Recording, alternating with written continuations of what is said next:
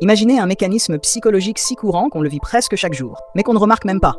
Je souhaite laisser tomber votre cours. Oh, vous m'envoyez désolé. J'ai apprécié notre discussion sur le scepticisme. Et les papillons. Je suis un scientifique et ce genre de questions me fait perdre mon temps. Et les papillons ne sont que des vers qui vous pourchassent. Les questions touchant à la philosophie sont extrêmement difficiles. Ça fait 2000 ans que les gens essayent de les appréhender. Sans succès d'ailleurs, alors si vous préférez abandonner, je peux pas vous le reprocher. J'ai pas dit que j'abandonnerais, j'ai dit que c'était pas important. Je vois. Alors qu'est-ce qui est important? L'acquisition d'un savoir factuel. Et comment savez-vous qu'une chose est factuelle? Vous la testez, vous voyez si c'est vrai. Et comment savez-vous que ça, c'est factuel?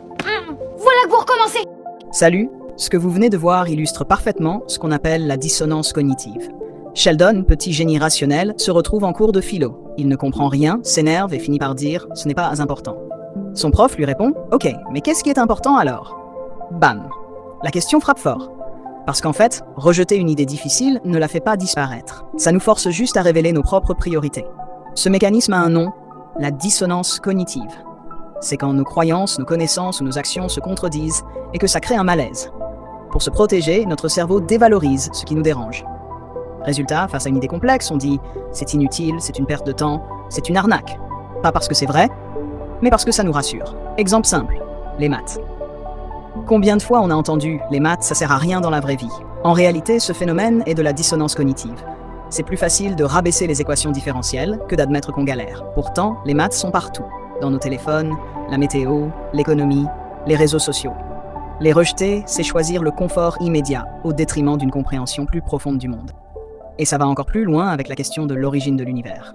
Est-ce le fruit d'une intelligence consciente ou d'un hasard cosmique sans but? Aucune des deux réponses n'est confortable. Dans les deux cas, ça crée une énorme tension intérieure. Accepter le hasard, c'est vivre avec l'idée que notre existence n'a pas de sens.